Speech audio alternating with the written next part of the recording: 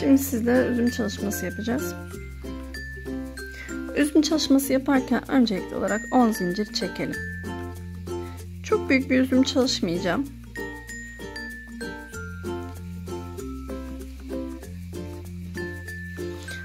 Bildiğimiz normal bir zincir çektim arkadaşlar. Herhangi bir özelliği yok zincirimizin. 10 zinciri çektim.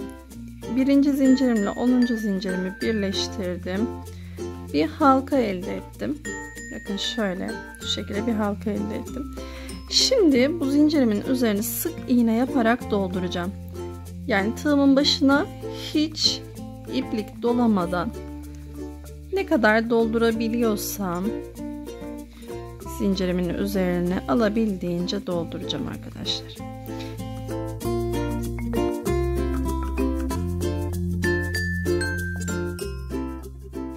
Evet arkadaşlar, ilk sıramı tamamladım.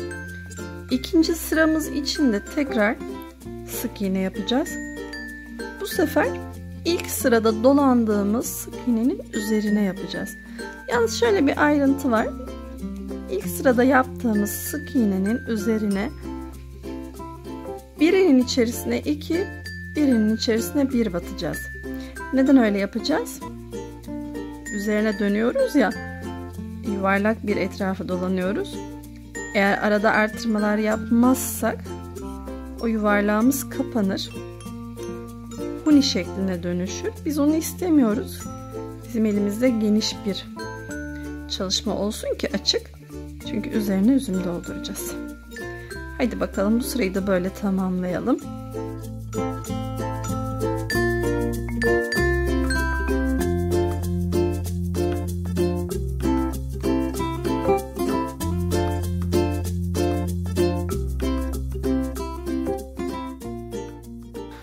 İkinci sıramı da tamamladım arkadaşlar. Şimdi üçüncü sıramızda halkamızın tam göbeğinden girip genişçe bir dış doldurma yapıyoruz arkadaşlar. Yine sık iğne tekniğini kullanıyorum.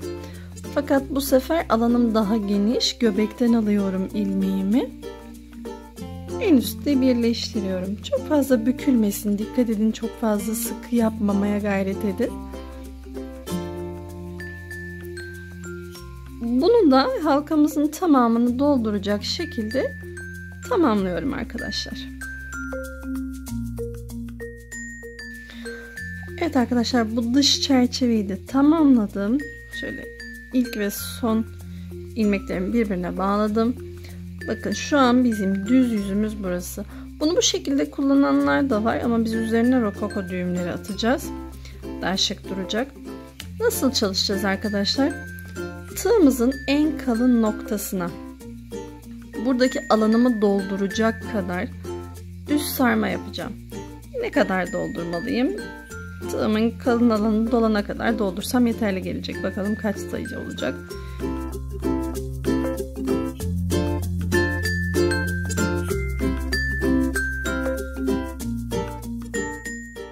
Sardım arkadaşlar. Elimin sıklığına göre, orada ölçtüğüm ayara göre 20 yeterli geldi. Şimdi arkadaşlar, şurada küçük bir detay var. Şöyle biraz uzaklaştıralım görüntüyü, rahat anlatabilelim. Küçük parmağıma ipliğimi doladım. Bakın şu şekilde burada bir geniş alan veriyorum şöyle. Şu şekilde. Bakın, tekrar göstereyim. Şu ipliğimi içinden almam lazım. Ama burada ipliği çok rahatlıkla kaçar elinizden.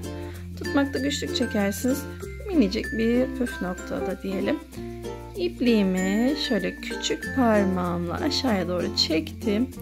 Orada bir genişlik verdim. Bakın, ipliğimi sardığım o alanın içerisinden çekeceğim. Tığımın ucuna aldım. Bunun içerisinden çıkartacağım. Ne yapıyorum? Bakın, baş parmağımla sıkıca sardığım yeri tutuyorum. Kaymaması lazım. Kaydırmadan hemen şöyle ilmeğimi sardıklarımın içerisinden çıkartıyorum arkadaşlar.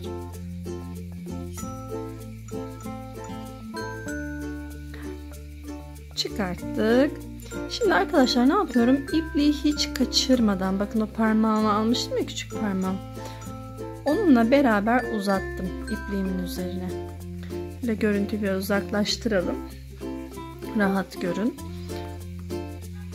Şimdi minicik kaydırma yapacağım. Ama öncesinde arkadaşlar bakın şurada minik bir ilmek var. O ilmeği ilk halkamdan çekiyorum.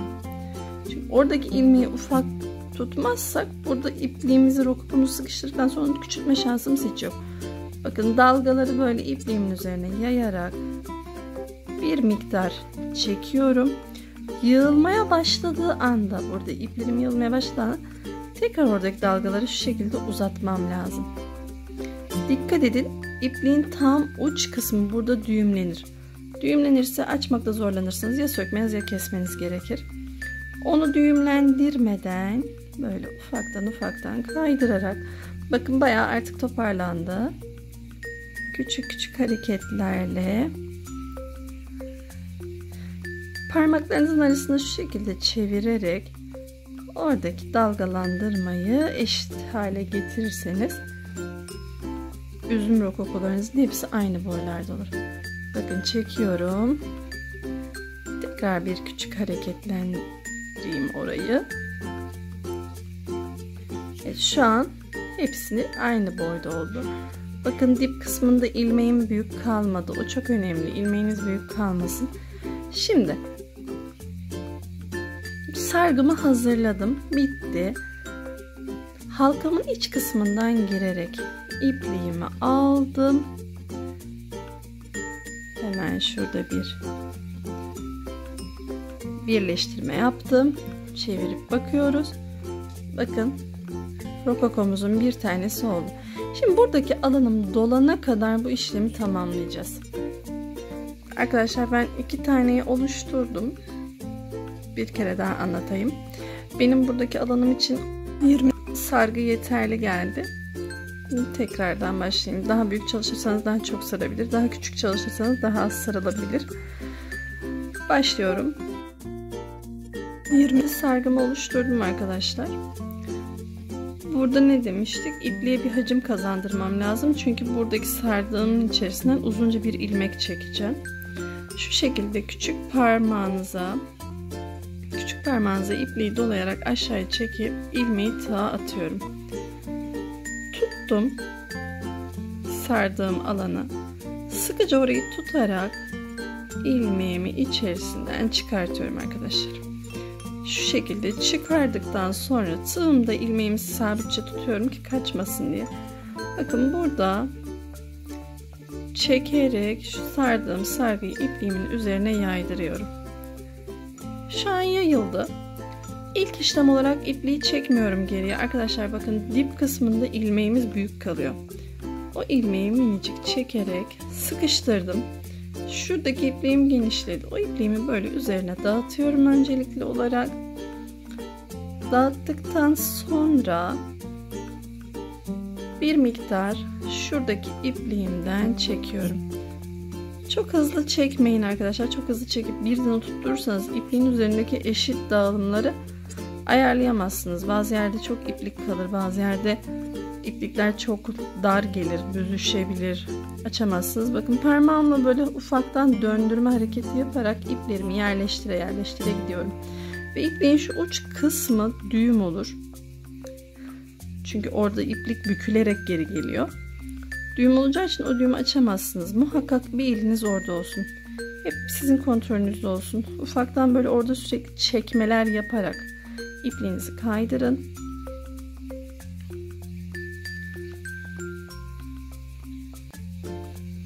Böyle biraz daha hızlı çekebilirim artık. Çünkü aldı ayarını. Düzenliyorum. Bakın parmağımla hiç bırakmadım iplerini kendi haline. İplerini kendi haline bırakırsanız ayarsız oturacaktır. Evet, artık tamamen düzelttiğimi düşündüğüm zaman iyice çektim. Sıkıştırdım iplerimi. Ne yapmıştık?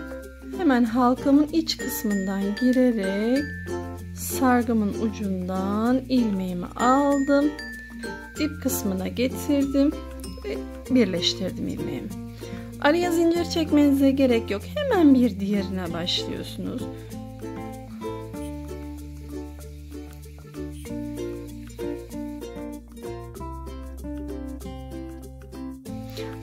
şöyle hemen sarıyorum.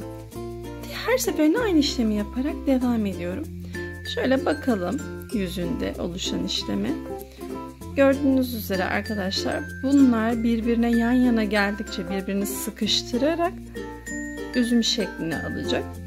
Ortalarda bakın, şu kısımda bazısı uzun bazısı kısa gibi duruyor ya, onlar en son kendini ayarlayacak. Yan yana sıkıştıkça bunlar birbirlerini tamamlayacak. Üzüm motifimiz ortaya çıkacak. Aynı işlemi tekrar ede üzümümüzü tamamlayalım arkadaşlar. Üzümümü neredeyse tamamladım arkadaşlar. Son bir rokokoluk yerim kaldı. Tığımın üzerine tekrar dolamamı yapıyorum.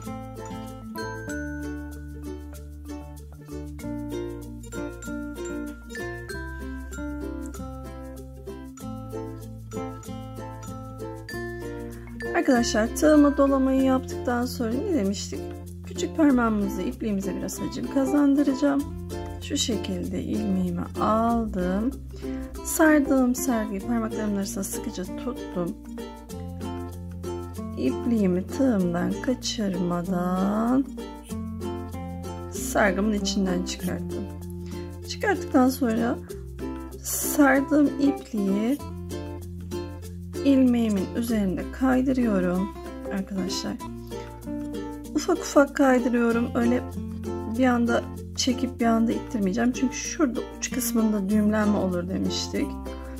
Onu yaşamayalım. Bir de püf noktası demiştik. Şuradaki ilmeğimi sıkıştırmam lazım arkadaşlar. Bakın. Önce onu sıkıştırdım.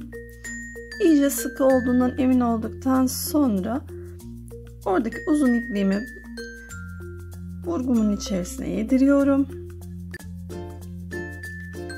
Ufak ufak hareketlerle parmağımla çevire arkadaşlar, bir anda çekmeden. Eğer bir anda çekerseniz toparlamakta güçlük çekersiniz demiştik. Ufaktan kaydırarak, bakın, hepsi aynı boyda olacak şekilde bir rokoko elde ettik. Bakın ne kadar muntazam oldu. Şimdi bunu tamamladım arkadaşlar. Ne demiştik? Arka orta kısmından girip ilmeğimizi alıyoruz. Şimdi artık tam son nokta olduğu için böyle biraz yerleşmesine müdahale etmem lazım. İyice yerleştireyim. Evet, bakın yerleştirdim. O araya oturduğundan emin oldum. İpliğimi de hemen yanı başından aldım. Yani şöyle. Arkadaşlar, püf noktalarından bir tanesi de şu arkada ilmeğin uzun kalmaması. Olabildiğince çok sıkı bir şekilde oraya yerleştirdim. Çok sıkı bir şekilde birbirine monte ettim ilmekleri. İlk baştaki ilmeğe bir batış yaptım. Hatta bir sonrakinin içerisinden de çıkmak istiyorum. Biraz böyle sağlam olsun buraları. Arkadaşlar, üzümümü tamamladım. Şimdi hemen ilmeğimizin içerisinden kesiyoruz. İpliğimi çok kısa bırakmadım, gördüğünüz üzere. Dikeceğim alana yerleştirirken ihtiyacım olabilir. Arkadaşlar, şöyle arkasını da göstereyim. İşlemenizin önü de arkası da aynı temizlikte, aynı titizlikte olmalı. Bakın şuradaki o minik dikiş yerleri bizim işimizi görecek. Tutturma noktasında. Başta çok zorlanacaksınızdır ama sonrası eminim kolay gelecektir arkadaşlar. Şimdiden kolay gelsin hepinize. Hoşça kalın.